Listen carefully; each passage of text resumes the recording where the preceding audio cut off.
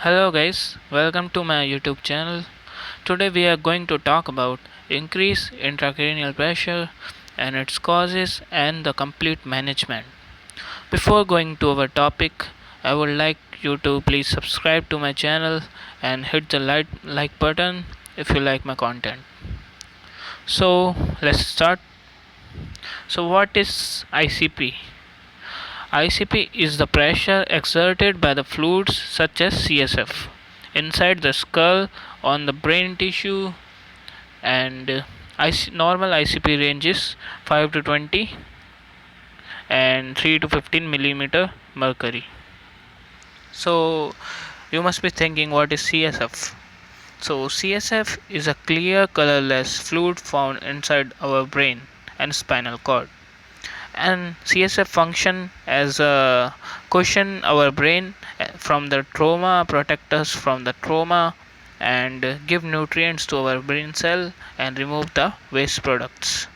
So so according to Kelly doctrine, there are three components in our brain skull, which are brain itself, blood, and CSF. And according to Munroe Kelly, these three should be in equilibrium. Expansion of any of these compartments must take place at the expenses of others, and therefore will produce an increase in ICP. So, so principal buffer in our brain is blood, volume, and CSF. So these are the two buffers which maintains our intracranial pressure normal. So, for example, this is a diagram in which we can see that brain three components of our skull, which are brain parenchyma 1400 milliliters, blood volume 150 milliliters, CSF volume 150 milliliters. So now this is a normal brain, as you can see, CSF, blood, and brain tissue. Now this is an abnormal brain. There is a tumor, so you can see, because of the tumor it is pressing over the CSF and the blood. So you can see that CSF and blood are less right now compared to this brain. This brain has less CSF and blood volume because they are maintaining the intracranial pressure by decreasing themselves. So this is what Munroe Kelly doctrine said. Now, what are the signs of increased ICP?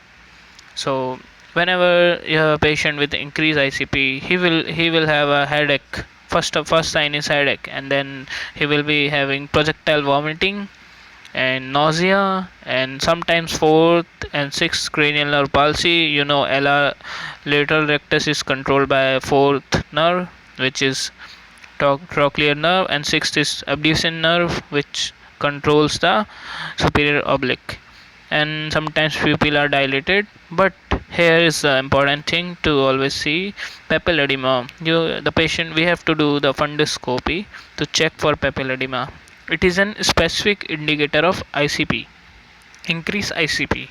So always check for fundoscopy if you cannot do spinal tap. So what are the causes of increased intracranial pressure? These all are other causes. You can just pause the video and you can check what are the causes, like brain swelling due to hepatic failure, head injury, cerebral mass lesion like tumors, neoplasms, extracerebral mass lesion like other tumors like meningeal tumors, and subdural and epidural hematoma. Elevated venous pressure as in congestive heart failure, because when your heart is failing, it has increased venous pressure because the venous return is less. So, and the last is obstruction to flow of CSF. So there are hydrocephalus, I mean the ventricles are blocked, so it can cause increased ICP. So now we came to the management, which is the main topic of our today. And so it is divided into journal as well as the pharmacologic and surgical management. So we are coming to journal management. So first of all, whenever there is increase in the ICP, you just have to you have to maintain the patient positioning, which is head position. It should be 20 to 30 degrees of elevation, always remember this, and so that there is maximize venous return. So, and when there is more venous return, your there is decrease ICP. Now second is initial fluid management. Our main goal is to maintain the initial euvolemia. If there is increase in volume, then we have to decrease it. If there is decrease, then we have to increase it, but we have to maintain the equilibrium. Third is hyperventilation and optimizing of mechanical ventilation. So this step is very important. As you know, hyperventilation decrease the ICP. Now you will be asking, how does hyperventilation? That's a very easy way to decrease ICP. And so basically in hyperventilation there are decreased carbon dioxide, and when there is decreased carbon dioxide, your blood vessels are constrict, which means decrease blood flow, and which helps in decreasing the ICP. So we the PCO2 must be 30 to 35 mg. We aim like on this value, not longer than 30 minutes. Now fourth is treatment of fever. If there is any fever or hypothermia, then acetaminophen and cooling blankets and sedation.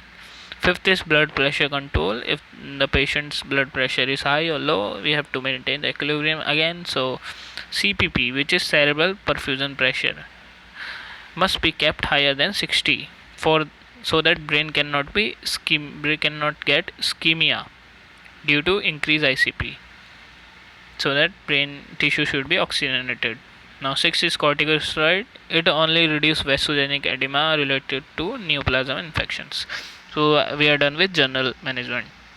Now we are coming to pharmacotherapy and surgical management. So first of all, as you know, the ICP is increased and CSF is a main cause mainly. So we have to decrease the CSF, and for decreasing CSF we can do ventriculostomy. We just put an catheter into ventricles and drain out the CSF. Now second is surgical decompression. This is the second step. We can do a craniotomy, and this step is very favorable because it's like a good way to reduce the ICP. But if you cannot do surgical decompression, then coming to sedation. Sedation improves ICP. How does sedation improves ICP? By reducing cerebral metabolic rate. If the brain doesn't need much blood flow, then there will be decreased blood flow, and decreased blood flow will decrease the ICP. So basically it's easy way to reduce ICP, and it also decrease agitation, minimize cough and valsalva responses. Now propofol, it is a type of sedative agent which is general anesthesia, and it decrease metabolic rate, cerebral blood flow, and consequently ICP. Midazolam and opioids such as morphine and phentermine are also used as a sedative agents.